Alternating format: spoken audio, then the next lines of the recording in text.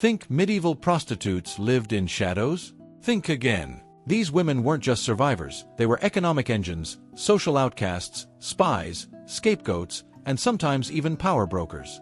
In a world ruled by men, the church and plague, they found ways to endure, resist, and rewrite the rules. From brothel raids to political alliances, their stories reveal the brutal truths medieval society tried to bury. This isn't your typical tale of sin and shame. It's the raw, human fight to live on the edge of a world that wanted them silent. Forget lace corsets and candlelit seduction. Being a prostitute in medieval Europe wasn't sexy, it was survival, plain and brutal. In a world dominated by war, plague, famine, and rigid religious control, prostitution was one of the few ways a woman could earn coin on her own. But that freedom came at a steep price: public shame, legal limbo, daily violence, and the constant threat of death, not just from disease, but from the society that tolerated, taxed, and still despised her. Let's rip off the veil right now. Medieval prostitution was legal in many towns, but that didn't mean it was safe or even remotely respected. Women who sold sex existed in a strange contradiction, officially tolerated by city councils and church authorities, yet treated as social pariahs. They were often forced to live in designated brothel districts, wear specific clothing, and follow curfews. In some cities, they couldn't walk outside without a yellow scarf or a striped hood, visible markers of their shame. And why were they tolerated at all? Because, in the twisted logic of medieval morality, prostitutes served a necessary evil. Better for men to visit a brothel than seduce virgins, commit adultery, or, God forbid, turn to homosexuality. Church scholars like Thomas Aquinas compared prostitutes to sewers, dirty, disgusting, but essential to keep the rest of the city clean. That's not metaphor. That's real theology. But the day-to-day reality for these women? Grim. Most came from poverty, often abandoned, orphaned, or sold by desperate families. Some were widows with no other means to survive. A few were trafficked from other regions. And while brothels existed, many women worked alone, on streets, in taverns, or in cramped, damp backrooms rented by the hour. There were no security guards. No rights. If something went wrong, no one came to help. Worse, clients weren't just drunken farmhands. They included clergy, soldiers, nobles, men with power, and zero accountability. If a prostitute got pregnant, that was her problem. If she was beaten, her fault. If she was raped, many courts wouldn't even call it a crime. In 13th century Paris, records show that prostitutes who reported assault were often fined for inciting disorder. They weren't victims, they were troublemakers. And yet, incredibly, prostitution could sometimes offer a sliver of autonomy, at least compared to the alternatives. For many medieval women, marriage wasn't freedom. It was servitude.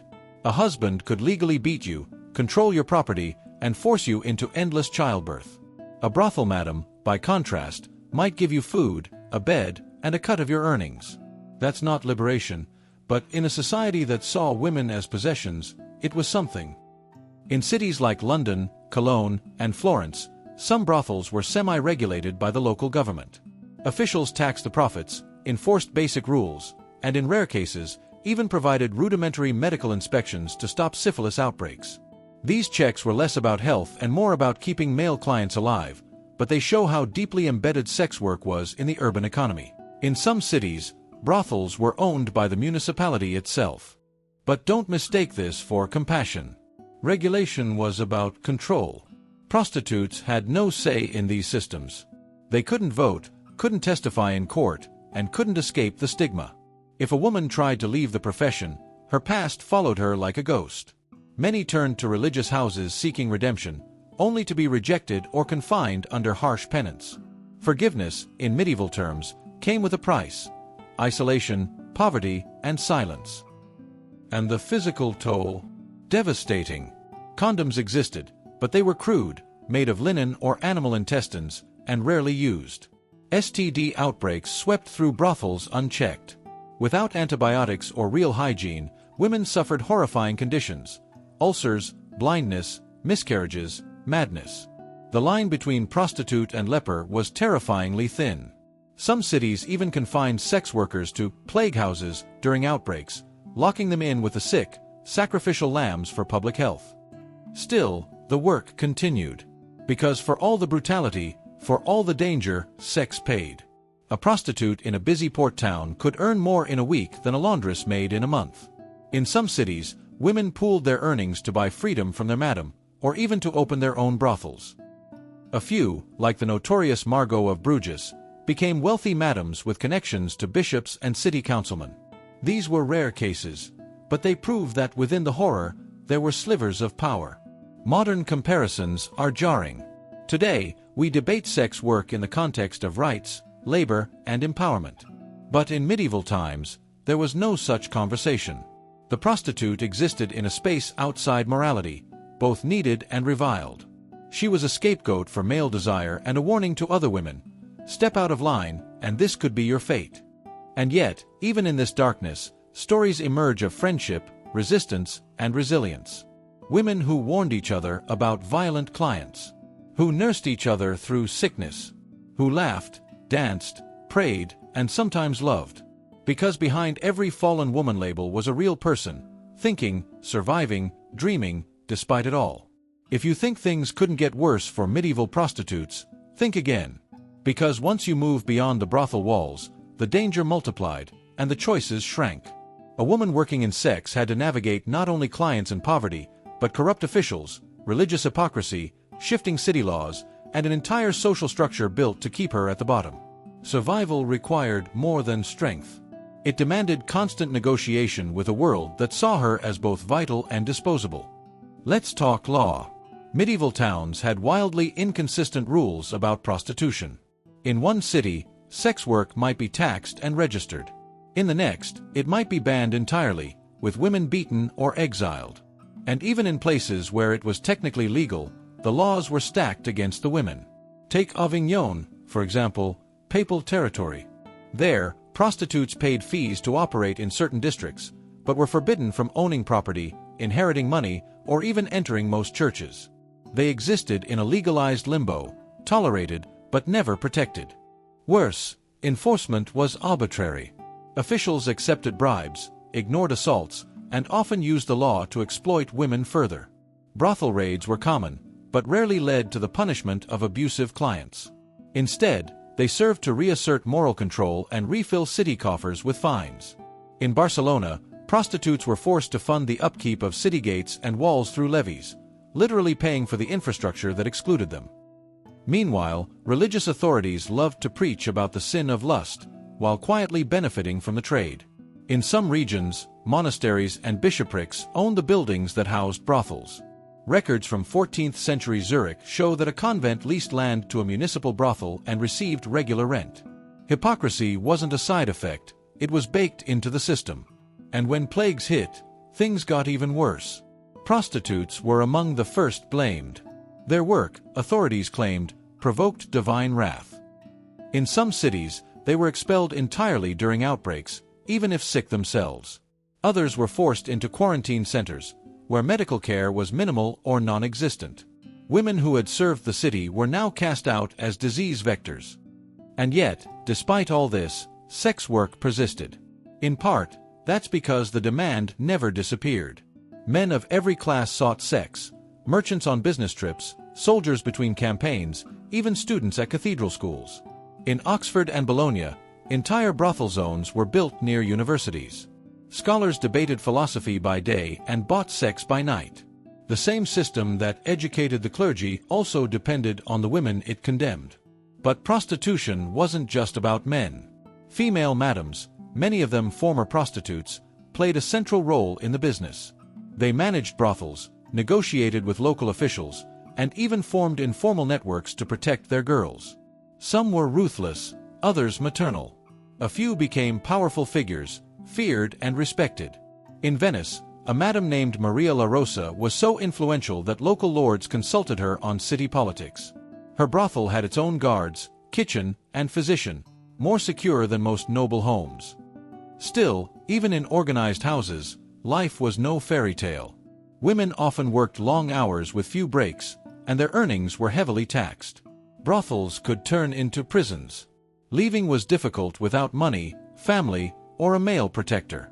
Some women resorted to theft, blackmail, or witchcraft accusations just to escape. Others joined pilgrimages or cloisters in desperation. A few disappeared altogether. For street workers, the dangers were even starker. In cities like Prague or Naples, prostitutes were routinely harassed by soldiers, robbed by gangs, or subjected to public shaming rituals. One punishment involved shaving a woman's head and parading her through the market. In other cases, women were branded on the cheek with a hot iron, permanent marks that destroyed any chance of reintegration. And yet, despite this cruelty, some women found ways to resist. They created codes, secret gestures or symbols to warn each other of dangerous men. They shared safe spots to sleep, hidden allies among merchants or clergy, even informal healing recipes. A garlic and vinegar poultice here, a wool-wrapped stone there, these women became their own doctors, guards, and sisters. There were moments of light, too.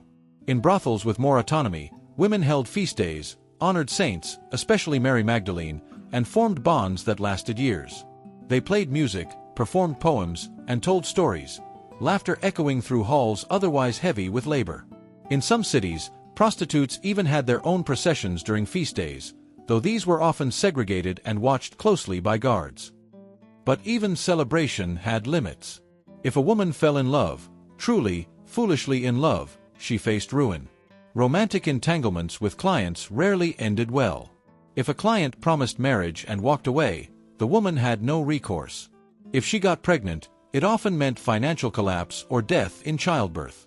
Many women learned quickly that affection was dangerous currency. Trust too much, and you paid in blood. The deeper tragedy. These women were often invisible in the official record.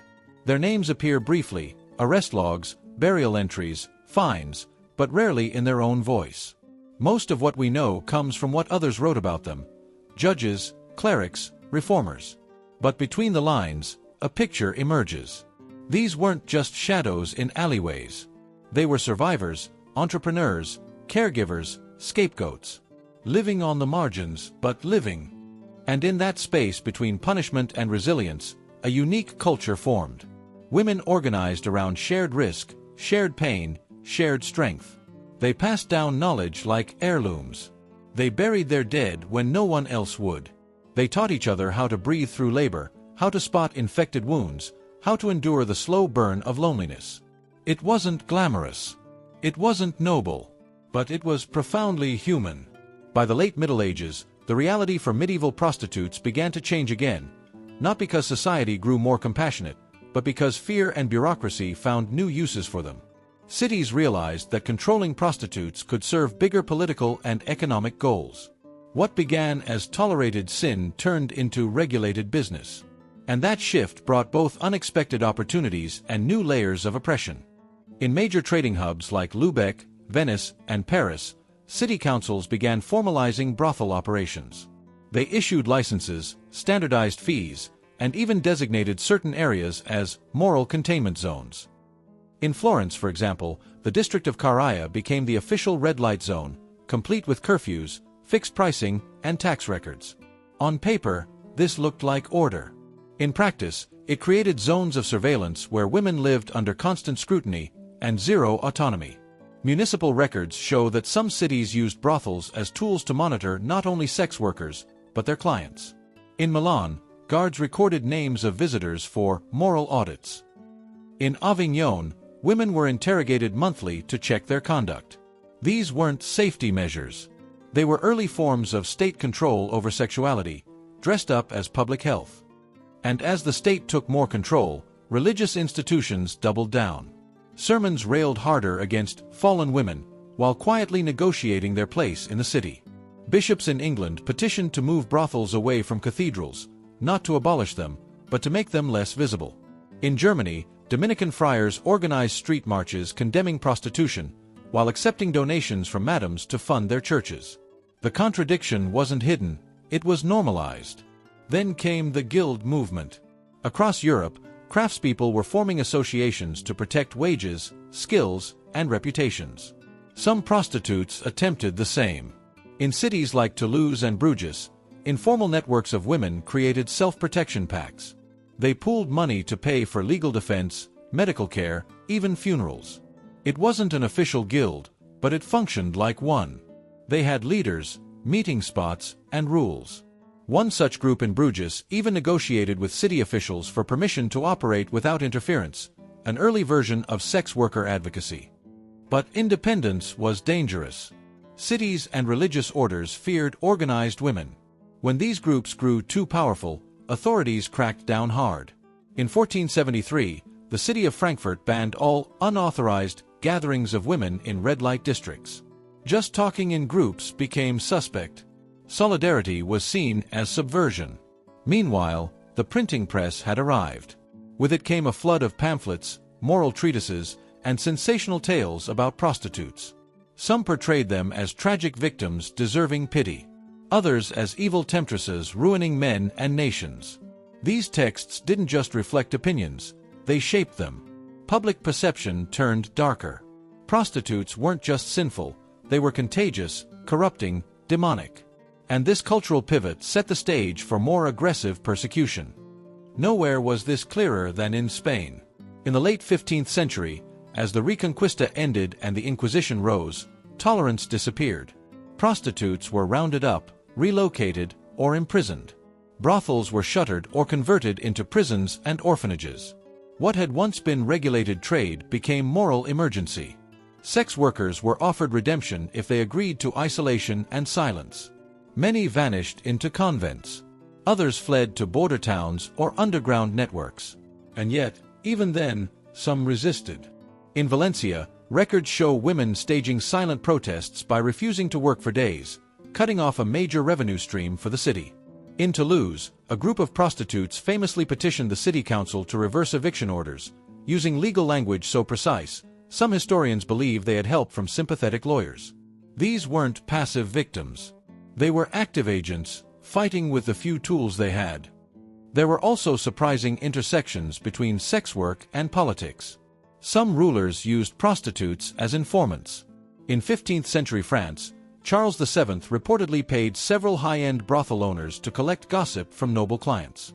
In Florence, spies disguised as clients eavesdropped in brothels to gather intelligence on mercantile rivalries. These women weren't just part of the underworld, they were part of the machinery of power. Of course, none of this erased the day-to-day horror. Disease remained rampant. Violence never left. Most women didn't end up in spy networks or secret guilds. They worked until their health gave out, until they aged beyond demand, or until they were arrested. Old age was rarely kind. A few ended up as servants in the same brothels they once worked. Many died unnamed, buried in mass graves outside city walls. And yet, they left a legacy. Not in monuments or books, but in small traces. Letters to priests asking for absolution. Coins hidden under floorboards. Names scrawled into the backs of tavern doors. Their presence was woven into the fabric of medieval life. You just had to know where to look. Because at the heart of it, medieval prostitution wasn't about sex. It was about power, who had it, who used it, and who paid for it. For every bishop who raged against lust, there was a madam funding his roof repairs. For every man who judged, there was a woman surviving. And for every woman who suffered, there was another who found, somehow, a way to endure. If medieval prostitution was about power, the consequences of challenging that power were devastating. The deeper you look, the more you realize how sex workers became lightning rods for every moral panic, political shift, and religious reform of the late Middle Ages. They were always the first to be blamed, the last to be defended, and often the ones left to clean up the messes of others. By the 15th century, Europe was in flux. The Black Death had shattered the population. Wars raged across France, Italy, and the Holy Roman Empire. The economy was shifting from feudal obligations to early capitalism. In this chaos, old certainties collapsed, and new scapegoats were needed. Prostitutes, visible and vulnerable, became easy targets. In times of war, they were accused of spreading disease to soldiers. In times of famine, they were accused of wasting food. In times of religious revival, they were accused of tempting saints. In times of political unrest, they were accused of spying for enemies. They were convenient symbols of everything unstable and impure, and that made them dangerous. And so came the crackdowns. In England, a new wave of religious Puritans called for the closing of all brothels. In German cities like Nuremberg, public whippings of prostitutes became spectacles, meant to cleanse the streets. In France, the Paris Parliament ordered raids not just on brothels but on suspicious houses, a vague term that gave police the right to search nearly any female-run home. Even language turned against them. The term prostitute began to evolve from a legal category into a moral slur. Women accused of sex work, even without evidence, faced loss of property, public humiliation, and exile. Their identity could be weaponized. Enemies, rivals, even jealous husbands could accuse a woman of prostitution to destroy her. And because of the stigma, the accusation itself was often as good as a conviction. For women caught in this net, choices narrowed to three: submit, disappear, or fight. Some accepted confinement in convents, though these institutions weren't havens. Former sex workers in religious houses were often segregated, forbidden from speaking with novices, and subjected to daily penance. Others tried to escape to new cities under false names, but town charters and growing bureaucracies made that harder each year. And some fought back in court, risking further shame to prove their innocence or defend their livelihood. Legal records from Bologna, Genoa, and London show remarkable women who challenged accusations, sued for unpaid wages, or petitioned city councils to reopen brothels. One woman in Padua argued that banning prostitution would lead to greater sin in secret and pleaded for regulated houses instead. Another in York sued a client for violence, and won, an almost unheard-of outcome. But even victories came at a cost. Women who fought often became untouchables, no longer employable in brothels, rejected by churches, feared by neighbors. They lived on the edges of cities, in abandoned huts or under bridges. And yet, in those margins, new forms of support emerged. In southern France, a group of women formed a quasi-religious sisterhood, devoted to caring for former prostitutes. They didn't demand penance, they offered food, warmth, and anonymity. In Flanders, a series of safe inns sprang up, offering beds to women with nowhere else to go. And in Bohemia, traveling midwives passed down knowledge of herbs and hygiene specifically to sex workers, preserving centuries of oral medical wisdom that monasteries ignored. These quiet acts of resistance mattered. They created alternative networks of care, connection, and memory. They ensured that even if the public record erased these women, their knowledge, and their lives, didn't vanish. At the same time, a strange shift began among the elite. Some humanist thinkers and artists, particularly in Italy, started to paint prostitutes not only as sinners, but as complex figures worthy of attention. Boccaccio's Decameron includes stories of cunning courtesans. Paintings began to show sensuality with humanity, not just damnation. It wasn't a revolution, but it cracked open a cultural space where sex workers could be something more than cautionary tales. This shift reached its crescendo in Renaissance Venice. There, the lines between courtesan and noblewoman blurred. High-class sex workers, called cortigiani onesti, were educated, literate, and politically savvy. They read Latin, hosted salons, and advised powerful men. They weren't typical prostitutes, but they owed their existence to centuries of women who endured, resisted, and survived. Meanwhile, in most of Europe, the story was different. The average sex worker still faced poverty, violence, and early death. But she also left traces of agency: a hidden altar in a back room, a shared recipe for treating infection, a bundle of coins sewn into a mattress. Her resistance wasn't loud, but it was persistent. And that persistence echoed. It shaped the way cities policed vice, the way churches defined sin, and the way generations of women learned to navigate danger. The prostitute, as a figure, absorbed society's fears, and forced it to confront its own contradictions. Because for every law that banned her, there was a system that needed her. For every sermon that condemned her, there was a bishop who profited. For every client who judged her, there was a city that taxed her. Her existence revealed the moral double standards that propped up medieval life, and forced society to face the price of its own hypocrisies. As the medieval world inched toward modernity, prostitution didn't disappear. It adapted. And so did the women. Their stories, fragmented, obscured, often told only in the margins, didn't end in the Middle Ages. They transformed into the foundations of how we think about gender, morality, and power today. By the 16th century, Europe was in full flux. The Reformation tore through religious institutions. Cities became more bureaucratic. Moral policing ramped up. And yet, prostitution continued, regulated in some places, persecuted in others, but always present.